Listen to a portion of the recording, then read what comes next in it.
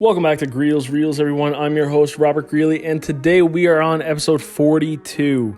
Today's guest, Erin McCallan, is a superstar on the rugby field. She is a part of the Dynasty that is the GG's rugby team. She never lost a regular season matchup when she was there throughout her whole University of Ottawa career. And hey, we got a lot of exciting things on the schedule for you today. So without further ado, let's just jump right into it. Alrighty, guys, I'm super excited for today's guest. You might hear a dog, barking in the background, and we've got a little bit of a internet connection this evening. But Erin, how's it going? Good to see you again. Yeah, I'm really good. So thanks for having me on. This is exciting. I've never done a podcast before, so Okay, well, high hopes for the first one. Then hopefully I can deliver. I'm sure it'll be a lot of fun.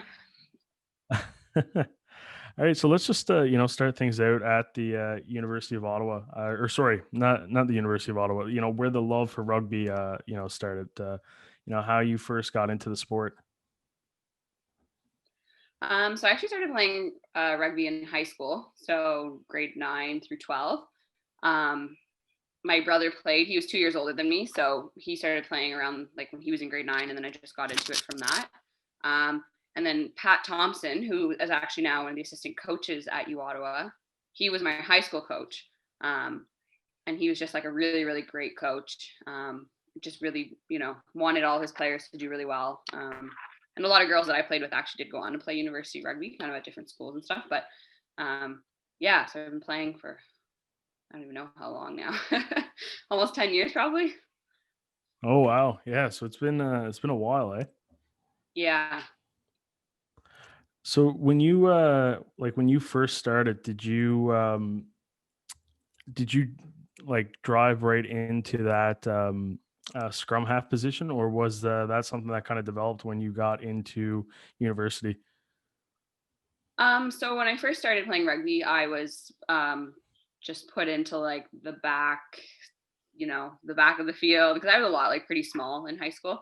So didn't really touch the ball too much. But it was by the 11th grade. I moved into the scrum half position. It was just kind of like a natural position for me. Like I like to talk a lot on the field.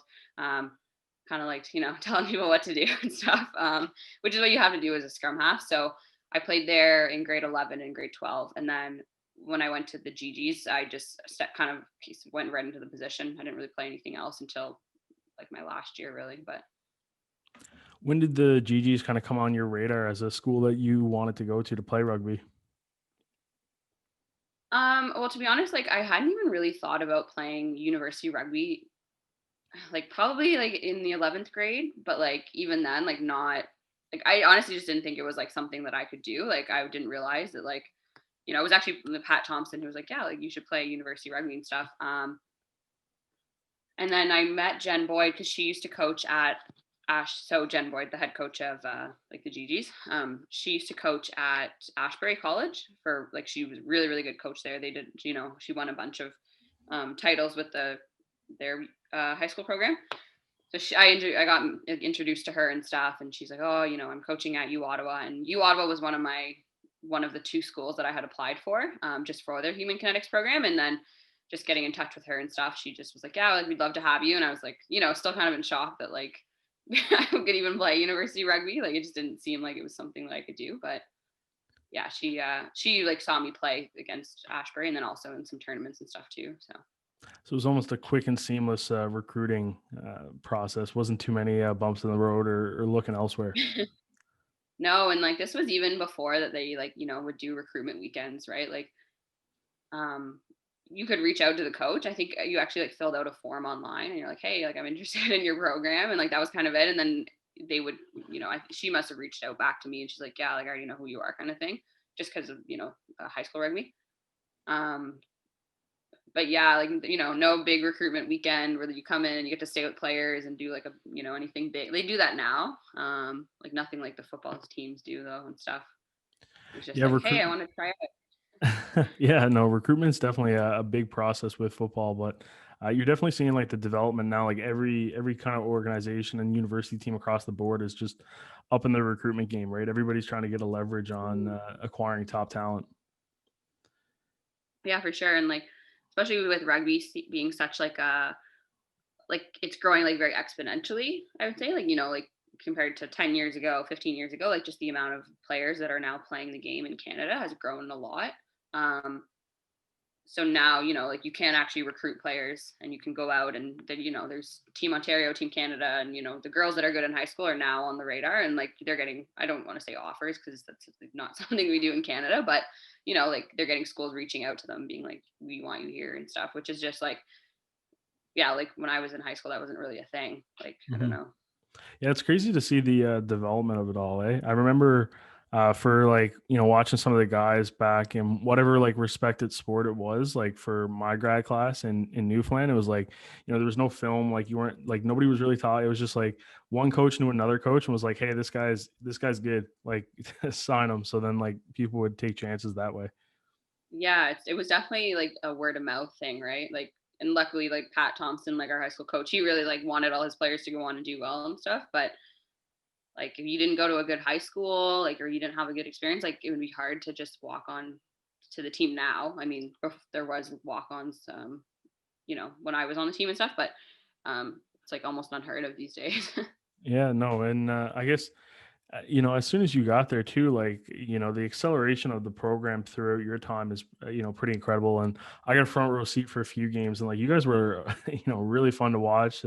Top team in Canada, top program in Canada, still top program in Canada. But you went undefeated in your whole RSCQ like 5-year career, right? Like you never lost a regular season RSCQ match.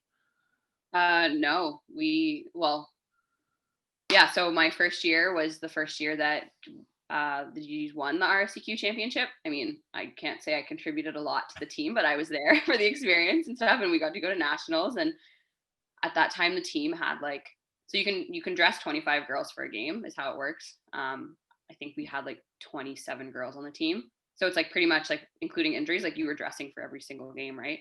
Mhm. Um, yeah, and then by my third year is when I like found my starting position on the team and like really started to develop even more as a player, I think. But yeah, all 5 years, never lost a regular season game.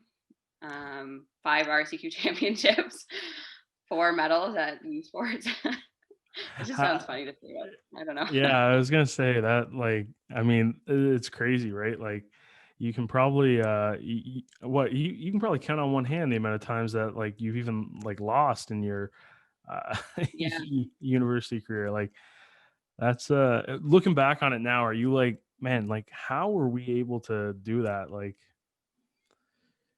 Yeah, 100%. And like you have to credit Jen Boyd for this program, because so my first year on the team was her second year coaching the team, right? She had just taken over the program the year before, and like just a complete 180. I don't think the GGs had like ever made it past the first round of playoffs, like in the RSEQ before that, and then she took over the program, and it was just like, yeah, night and day.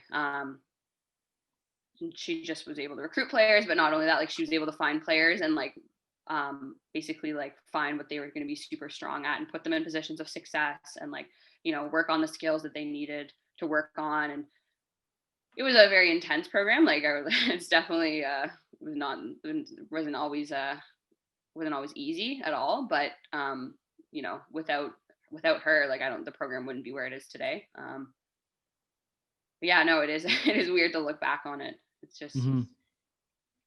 So yeah, you mentioned, you found that starting role for yourself in your third year. What was some things that you did in that first and second year to really prepare yourself for that moment? um well, like I said, like when we came in my first year, like you were dressing in every game, and so at that time, like I was like I'll use the air quotes, like backup scrum half. There was actually another girl on the team playing scrum half, Erin Van Gulik. So both Erins were scrum halves, that's actually how I got my nickname, Rookie Erin. But so my first year, yeah, like I just kind of learned a lot from her. And then my second year, she was still in that position, so I was still kind of the backup scrum half. And again, just like she really helped me out a lot. Like she'd work on my passing with me, because that was my weakness coming in from high schools. I didn't have a strong like left-handed pass, which as a scrum half, like you have to have both. um and then just like working on like my fitness a lot, working with like the forwards, because normally you're kind of working with the backs when we're in practices, but then I found that like, going with the forwards and we're doing scrum work and stuff like that, and like listening to what they need from me, because they have the best feedback, right? Like, and I'm like, do the passes need to be like faster? Do they need to be like this? And like, so like people like Alex Ellis and Simo, they were just like really great, because they just gave me like very direct feedback of like what I needed to work on. So honestly, yeah, it was just like the environment, like being around like really great athletes and stuff, just motivated me to really step up, I think. Yeah, no, I mean, it's you're a product of your environment, right? So, it's always good when you have the people in front of you are motivating you to basically, take over one day and be as dominant as like you possibly can be. Hmm. So For as sure, yeah. as the seasons go by, and it did take a while to get to that national championship, right? Like I think it went what you it literally almost went like in row. Like I think it was like a third place finish at national second, and then you Yeah. finally you go back the next year and you win it. Throughout that whole process, I mean, that's definitely got to be a roller coaster, because like bronze is always like a super exciting moment. It's like, hey, like we medaled. Like, yeah, it's not like you end your season off on a win, which is great. Everybody says that if you can't win gold, you might as well win bronze, so that way you can end off on a win. And then you finally get into the finals the following year, and you come up short, and then you get back the next year, which is never guaranteed, right? Like that's what a lot of athletes worry about when they lose that championship game, is like, oh, like will I ever get a chance to get back there? But you guys get back the the following season, and then you finally do it. How did that feel? Oh, that was amazing. Like you said, like it was just such a build up of like, we're getting closer and closer every year. Um, and so the year that we had won silver, like we were so close. Like it was just like, it's just like you said, like you would rather win bronze than lose silver, because it's a loss, and like it's even worse because you know how close you were to winning gold. And like it was a really good game. Like we played Saint FX, who are like always like, amazing opponents. So just to go back and find ourselves in the gold medal game like 2 years in a row is just, it's honestly like it was like, I don't know, like it's like a second chance basically. Like, you finally get another crack at it. And I think at that point too, like the mentality, I think for most players was just like, we're not losing this again. Like, we're not going to be in this position.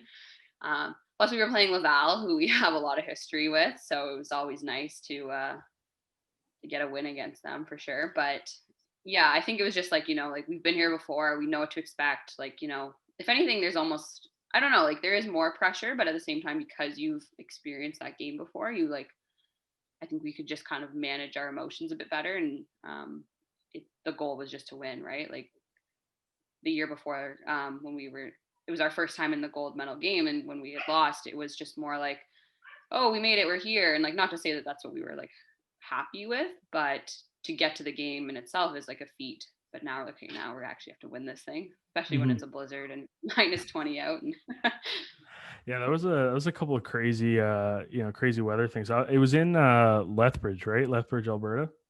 yeah, Lethbridge.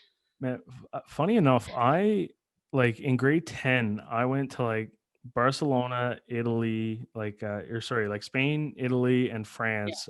Barcelona, Nice, and Saint Terre, like the three random cities, and we were paired up with a group of students who went to high school in Lethbridge, Alberta. And so I've heard of Lethbridge, Alberta twice basically, and it was like that moment in grade 10, and then when you guys were heading over there for the nationals. So I was like, man, that's so interesting.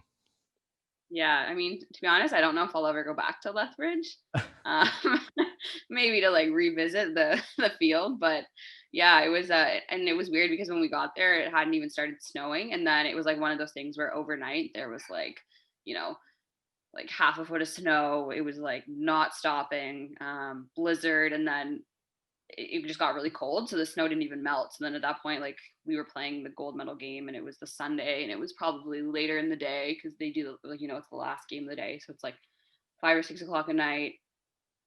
There's snow everywhere, and it's, I don't know, probably like -15, and we're just wearing our rugby stuff. Like you can't even wear anything in that. Like you just your shorts and a t-shirt, and then wearing like, Under Armour underneath. But Isn't very very cool.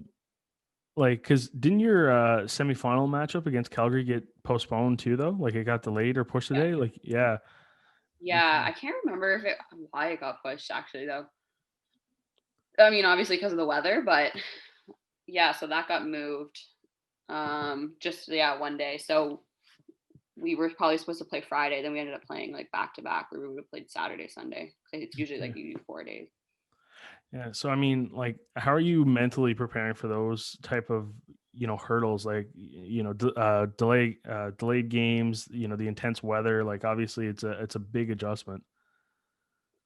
Yeah, the delayed game was we actually like showed up at the field. We did a warm up. We got into the change room, and then they're like the game is being postponed. So that one was kind of like a bit weird because you kind of had to like shift your mindset to it's like okay, like we're not playing today because you're all hyped up and you have your pregame routine that you've been doing all day. I think the game was like kind of midday, so it wasn't like the worst. But yeah, so then you're like, okay, now I got to come back tomorrow and do this all over again, and it's a bit nerve wracking because like your adrenaline's been pumping and all sorts of pregame emotions and all that. But we can't. I'm trying to remember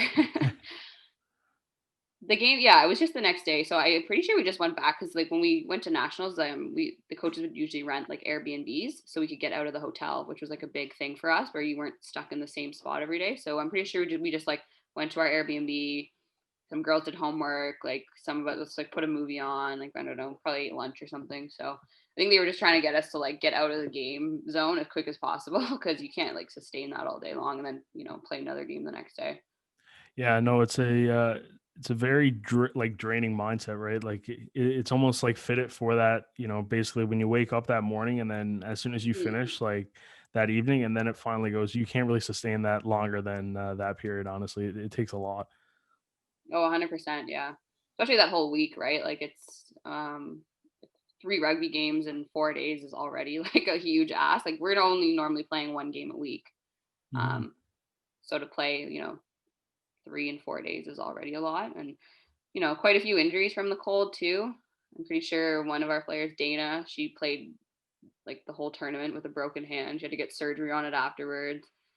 I think Tamara, another girl, she already had like her knee was already kind of like hanging on by a thread, and then I think she like made it a lot worse. But because the cold's gonna do that, right? It's gonna make those injuries like even more like severe, just because all your bones are cold and stuff like that. So More prominent, but yeah, I yeah, mean, like all that all that being said too, the celebration after, like, I mean, you guys had your um the I'm completely blanking on what it's called. That white thing, in the middle of campus, the massive like white the tent tent. that yeah, Yeah, that got take you guys had like your little ceremony there, and then I believe yeah. like um you guys went to like City Hall and things like that because it's for you Ottawa, I think it was the first national championship since football's Vanier Cup in 2000, I think, first team championship anyway.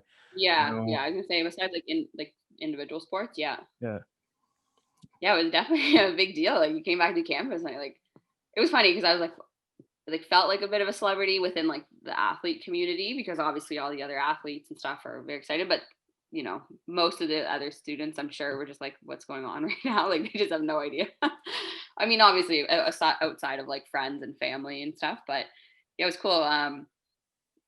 Yeah, they named it like Women's Rugby Day after us, I think, like in Ottawa. Like they declare, I can't even remember what day it is now, but yeah, they're like, so is, Ottawa Rugby Day. Jim Watson did that. Yeah, we had a breakfast with him. Had a ring ceremony. We had the thing with there was like a celebration where they gave us I think pictures in like the little atrium tent place. Yeah, it was a lot. It's hard though because like you come back and you also have to start going back to all your classes, right?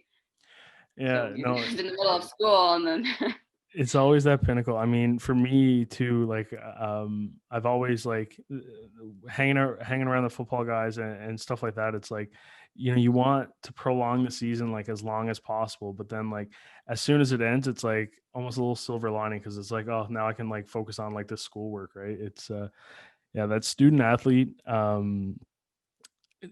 competition is tough. Like, managing the sport and the schoolwork. Something that I never had to do, which I was pretty grateful for. Like, if I had extra schoolwork, I could skip, a Thursday night practice, right? Because I'll just be like, Right, oh, right. like I'll make up for it. I'll make up for it with the photos or the content the next day, right? And focus on school, right? But that's not a luxury that like you guys get to have, right? So, how do you manage all that? What are some, I guess, tips and tricks for that? Um, it depends on like how organized you are as a person, I think. Certain players like will struggle more than others depending on also what program you're into. Like I was in human kinetics and I found like the workload was like pretty like spread out and it was like nothing super overwhelming. Um, but it's just all about time management. Like if you have a game on the weekend, which you do because you have your schedule and you know when all your practices are, just making sure you're getting like big assignments done out of the way. Um, they set up study rooms and stuff for the athletes too, which is really great. So we definitely took I use those a lot. You could come down to campus a bit before practice or something and just get in the study room, hang out with the girls for a bit, but also try and get some work done. But I thought it was okay. Like my first couple years or first couple semesters, I guess it took me a little bit more to get used to, but then by my like third fourth year I kind of had a better handle on it. I thought it was fun though. Like it made it for a good routine for me because if you knew you had practice, you're like, oh, I have to get this homework done, you know Yeah, versus when you're not doing sports, then you're like, oh, I have so much time. no, I get that 100%. I'm always like, if I have a million things on my plate, I'm almost better off than like one thing because it's just like, oh, I got so much time, like I'll put it off until I'll keep putting it off because there's just nothing really motivating me to get it done, right? Yeah, when really Uh, you should just do it first, yeah, which I like still haven't figured out. I still procrastinate, but I don't know, you, maybe a lot of uh, people work better under pressure. So yeah, no, for sure. Well, one of my favorite sayings is, diamonds are made under pressure, right? So. yeah, that's true. There you go. Yeah. Um, you also got your sister, to join you in the Garnet and Gray. I mean, what was that moment like when she, made her commitment and, was going to join you on that squad? That was super fun. We played. So she's only 2 years younger than me, so we also played high school rugby together. And my sister, like honestly, she took off in rugby because she was really well. She still is, but she's really fast. She's like really strong. She's probably like a bit above average for like in height. Um, so she at a young age was playing like Team Ontario. She did Team Canada stuff. She's played in the youth Commonwealth games and all sorts of cool stuff. Um, so she was already like a really great rugby player when she got to U Ottawa. And it was just really fun to play with her. Again, my parents loved it because they were worried that they were gonna have to watch us like play against each other, which we've never had to do before. Oh Um, yeah. what's that? No, I just said, oh yeah, that would have been that Yeah. that would have been an interesting dynamic. um, but no, it's always been fun. We play different positions too, which is kind of nice. It'd be kind of weird if you're in the same position and we're fighting for it. But she's a really great rugby player. She unfortunately has had like some injuries and stuff that have held her back a bit over her GG career. But she still like makes the most of it, and when you know, she's really fast. Like I don't understand how I didn't get that gene in the family, but it's probably because she has like at least 4 or 5 inches on me, so that probably helps her out a bit. But Sibling rivalries and stuff like that. It actually just kind of reminded me of probably one of my favorite pieces of content that we ever did for the GGs with I Natasha. know How what we you're gonna say. sitting down doing that siblings video. That was good. Like that was a lot of fun. Yeah, that was hilarious. And it's There's just funny too, like just the different dynamics of all the siblings. Like you can tell the ones that are obviously super close, and I mean, I think we all were because we're all kind of played on the same teams and stuff. But like, I remember Drea and Jackson were like the funniest. I don't know, just all their answers to each other, they were cracking like each other up. It was yeah, I'm trying to remember now. We had the Cranstons, so Ty and Yeah, Cody, the McGahee twins for hockey, uh, they weren't there initially when we filmed. They came in on a second day, but Okay. You had the Demonge twins as well, Shako and Oh, Umba. that's right. You had Oh, yeah. you had you and your sister, and then there was uh, Did you get the Danielle. Shaw brothers? Were they on there? I think Daniel or Donald had one of them had surgery. I think like a couple Oh, I days think it must before, yeah. so there was a couple ones missing, but then I think Daniela and her sister as well too. Oh, yes, yes, Alex and Yeah, Daniela, they yeah, they were uh, also really funny. and I feel like that might be it, but uh, I feel like yeah, like now that like I just rhymed that off, that's a lot of siblings like within the GG community for that time span. Like, and the fact that there's a couple pairs of twins too. Like, I'm curious of the probability of all that. Yeah, it's definitely, like, a unique experience to be able to play a sport with your sibling, but it is super fun. Like, Rach and I get along really well, and it was cool because then we had the same group of friends, and we could go out together and hang out, and then, we go home and we still hang out together, but so Do you think she's great. do you think the Vegeta rap story would get more Oh laughs my god. on the podcast now than the video? Rach and I were actually just talking about that story the other day. Um, Wait, sorry, what did you say about it though? I said, do you think you get more laughs on the podcast than it Oh yeah. in the video? It's honestly, it's one of those things that's like it's I feel like it's not even that funny. But because like it happened to my sister and if like Rachel, like if you like kind of knew her personality, like it's just so much funnier. And then I remember we were telling the story, like we were dying laughing and everyone in the room was just like, what are they laughing at? Like this isn't even like do you want me to tell the story? Like it's Yeah, yeah, yeah. Might as well give people context. Yeah.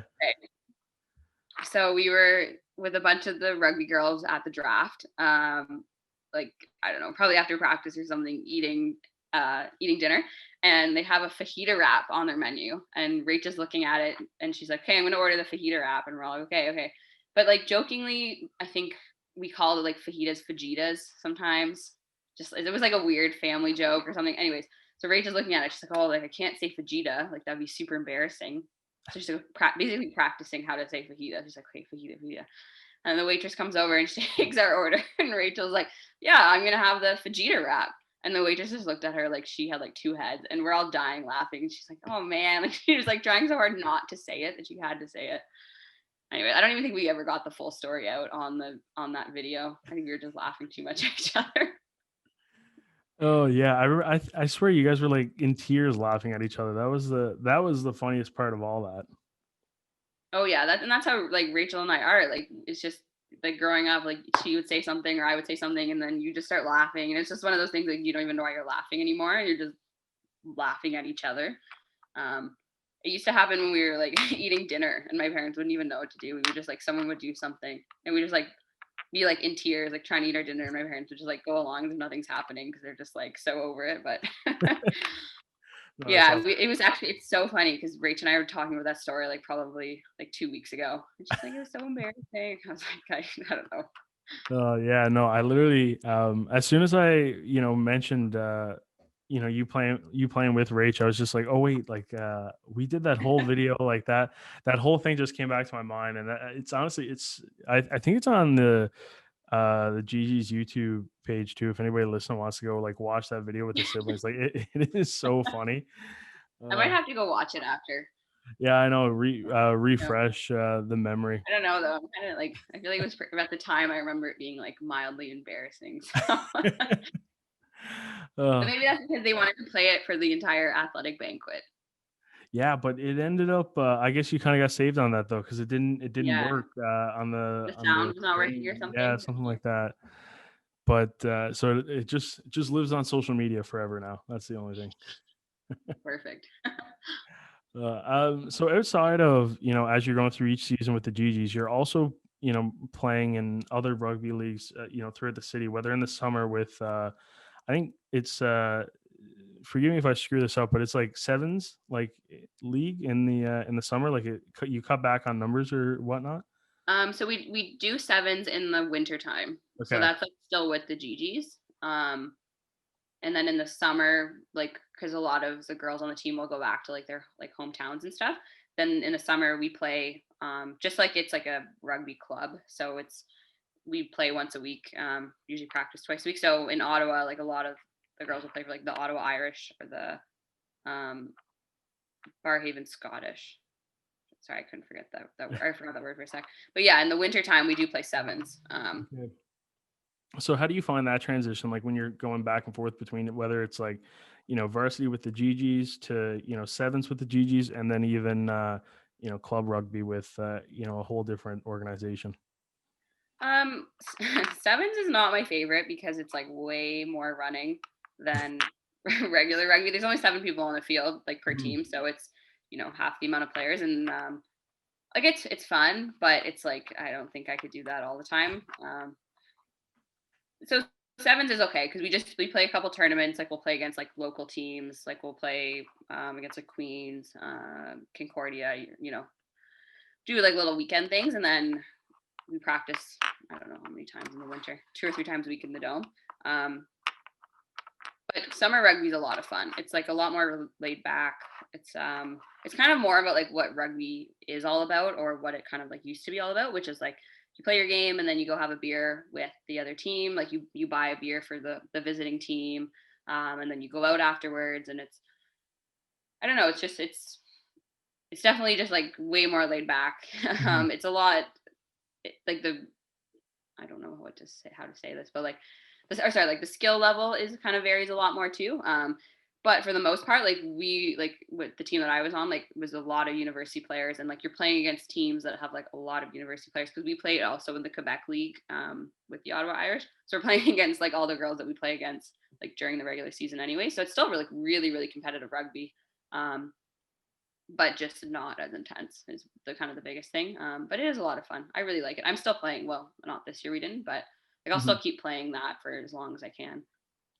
Yeah, no, it definitely it honestly it looks a lot of fun because I know you've done trips to like New York with Mm, those groups too and stuff like that, right? But yeah, rugby is one of those sports that I wish I had got in when I was a little bit younger and stuff like that. It's like it's pretty apparent in like St. John's, like the capital of yeah, Newfoundland. But I grew up in Claremont, which doesn't have. I'm curious actually if we've ever had a rugby program because I know like sometimes like they're the guys who are in like their 50s and like 40s now, like they played everything and it was like one collective group, so they almost like supported themselves by like being able to put a hockey team in and right. um all these different things. But I don't even know if they played rugby too, right? So I'm curious actually now if rugby's ever been in Clarenville. But it's like I know it's very popular in St. John's and stuff like that. Yeah. And no, it's definitely who knows, maybe who know it might be too late to start, but maybe I'll try and find my first rugby game sometime.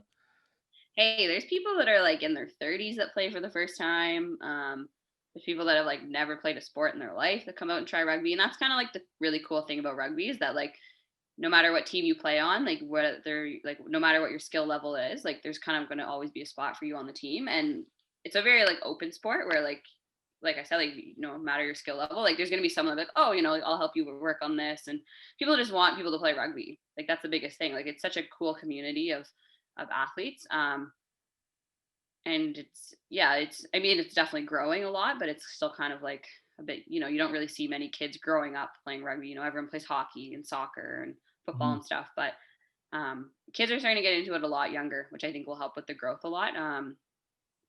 Like the Ottawa Irish, we run like a minis program and a junior program. So it's just good.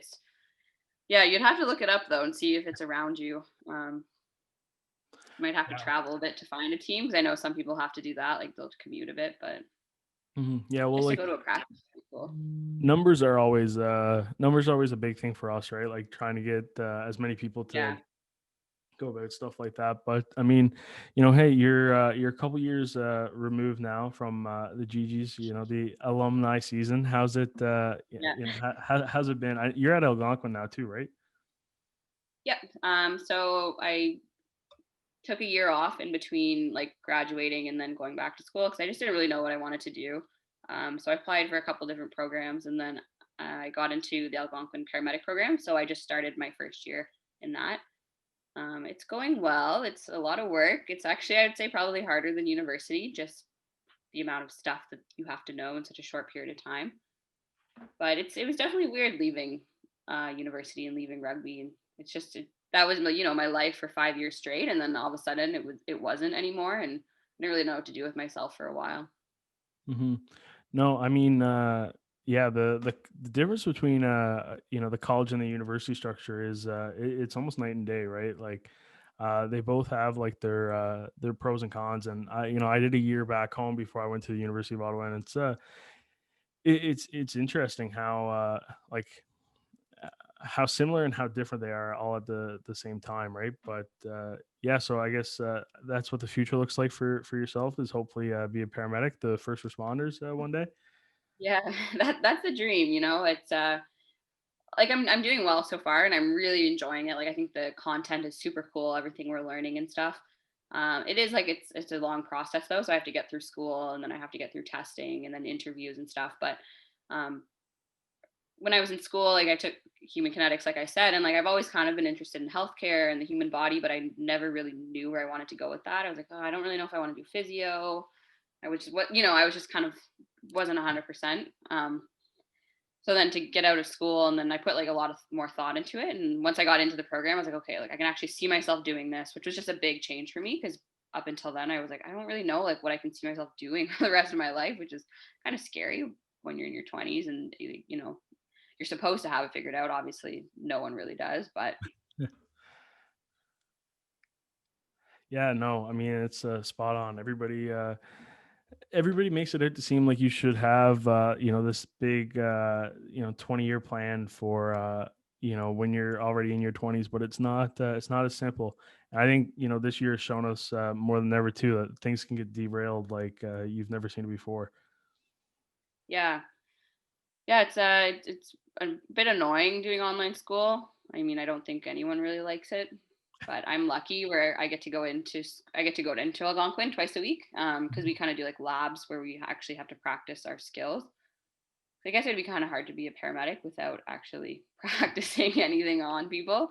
So that's like really lucky, and it makes a big difference. Like you can just process so much more when you actually get to physically work on stuff. But yeah, the online classes are they're tough. It's hard to stay engaged. I think that's my biggest thing. Yeah, it's a different format. I mean, I've started my master's this semester, and it's Mhm. like I feel for the ones who are just starting like their post-secondary careers basically, and this is how they've had to like start it off with, right? Like just right out of the Yeah, gate.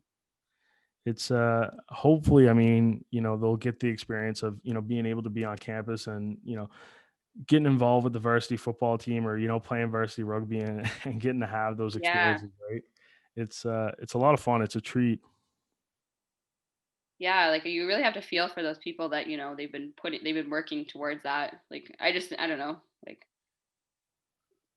especially now, like people are really committing to schools, and they really early on they're like, oh, I'm gonna go play football here, I'm gonna play rugby here, or whatever it is, and then all of a sudden just to get that taken away, like and even for the girls that are on the team still, um, like my sister, she would have been, and like a couple of the other girls, they would have been doing their 5th years, right, last year of eligibility, and now they're kind of all like, oh, do I come back for another semester? Like some of them want to do like post grad stuff. So it's definitely like a big decision for them. And then even then, like, are we even gonna have sports next fall? Like I mean, at least Yeah. university. I don't know. It sucks. It's not Yeah. No, yeah, I feel for them.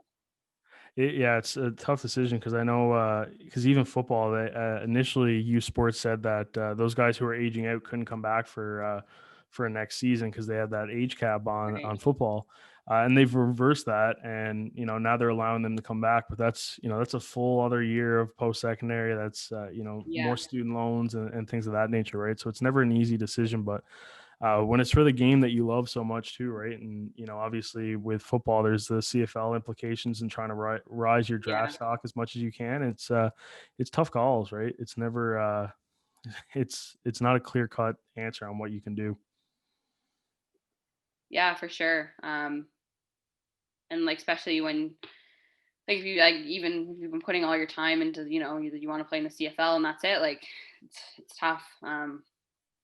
like at least, I don't know. It's also hard for, I think, of like the rugby girls too, because it's like for a lot of them, like this could be the last time they're going to play rugby at this level. There's Mhm. not really anything for like women's rugby, I guess. Actually, that's not true, because Alex Ellis, like an alumni from the GG, she's out playing in England right now. So she's playing on like a pro or semi-pro team. So I think in the next couple of years, we're going to see more of a shift towards like women's professional leagues. But like in Canada, like there's nothing, right, other than you can play Team Ontario, you play Team Canada and stuff, which is like obviously really cool, but not for everyone. Yeah, no, it's tough, right? Yeah, because even in your last year, because you never like the thing is too is it's like, oh, is this the last time I'm ever going to play this sport? And then when it gets cut short, for with rugby, you never know when it's like, oh, like if it was one more year, is that the year where one of those scouts just happened to kind of be in the stands and Yeah. or we go back and we win another national championship, and then that's like more media coverage, and just the right person at the right time sees like a clip, right, where it completely changes things for you on a competitive level as an athlete. Yeah, 100%. Like my last year on the team, like my fifth year, I actually ended up getting hurt. Like I partially tore my MCL in, I think it was the second game of the year. So I missed like half the season basically, and that was just like, oh, the worst like case scenario. Well, no, I mean, sorry, it could have been a lot worse. I was able to go back, but like to miss half your season and then not even know like 100% if I could go back, and it was like a very day-to-day thing, because like with MCL tears, there's a, because it'll heal on its own is what I was told. So they're like, yeah, you just got to rest as much as possible. Um, but obviously I was trying to get back as soon as I could. I was not trying to rest it for 12 weeks because then the season's over. So that was kind of tough for me, because, and I was, I was the captain of the team that year. So I felt like I couldn't really, you can only do so much from the sidelines. But like we still went on to have a good season, still in the RSEQ and still got a medal at U Sports. So I can't really complain too much. But yeah, I wonder if like if I hadn't hurt my knee, like if anything would have been different. Like it's tough to think about, but Yeah, it's the it's it's what the it is. answers that you can never unfortunately know, right? And it's just something that uh I mean, for lack of a better word, you just kind of got to live with, right? And it's just Yeah, like everything happens for a reason, and maybe try and find the silver linings essentially. yeah, for sure. And my knee's good now, so that's always nice. Like there's nothing worse than like you have an injury from like 5 years ago and it's like still bothering you. Like I'm lucky where mine healed actually really well. So I got to thank AT Sarah for that, because she really. I was in like the athletic therapy room probably like 3 or 4 times a week, Oh, at no least at the way. beginning. Just yeah, like just to get the swelling down, get my mobility back. And then I was doing a lot of stuff like on my own, just strengthening it again and all that sort of stuff. But yeah, AT Sarah, she's amazing. She's a they were lucky to have her over there. She's a really great Mhm. athletic therapist. Yeah, no, I couldn't agree more on that statement. Honestly, she's good at what she does. So Aaron, like this is pretty much everything that I had for you this evening. So this is part of the the podcast where I just hand the show over to you. So I mean, it's yours now. You can chat about whatever you want, life story, life lesson, or childhood story, whatever you want. It's your show. Oh my, you put me on the spot here. Shit. Oh, sorry. I don't know. I Even guess I could. Oh, so what's that? no, go ahead. Well, I was just gonna say. I think one of the like coolest things about the rugby team is just like the friendships that like you get from the team. Um, so when I was in my first year, me and Emily Babcock were the only two like 18-year-olds on the team, right? Like there was a bunch of other rookies on the team, but like, for whatever reason, they were all older. Like some of them had been to Sejap, some of them were kind of like coming back. So we were like true 18-year-olds on the team. Like we couldn't even get into the bars. But like her and I, like just having that, like being like the youngest player on the team, like we hit it off right away. And it was actually funny because we realized that we had played against each other in high school. She's from Belleville, but we played against each other in OFSA, which is like the Ontario like championships for sports or whatever. I don't really know how to what to call them.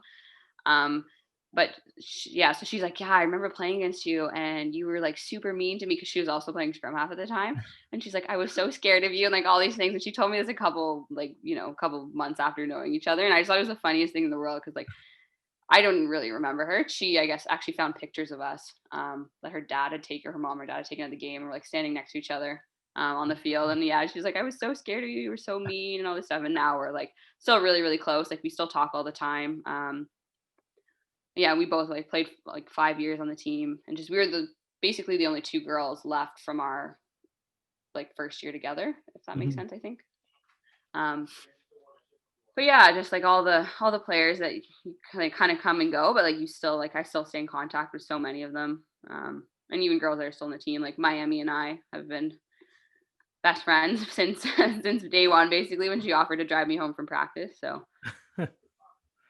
Yeah, no, that's awesome. The friendships and the relationships you get to make are it's pretty special. The ones that are bonded through sport. yeah, Okay, well, yeah. you know. Because oh, sorry.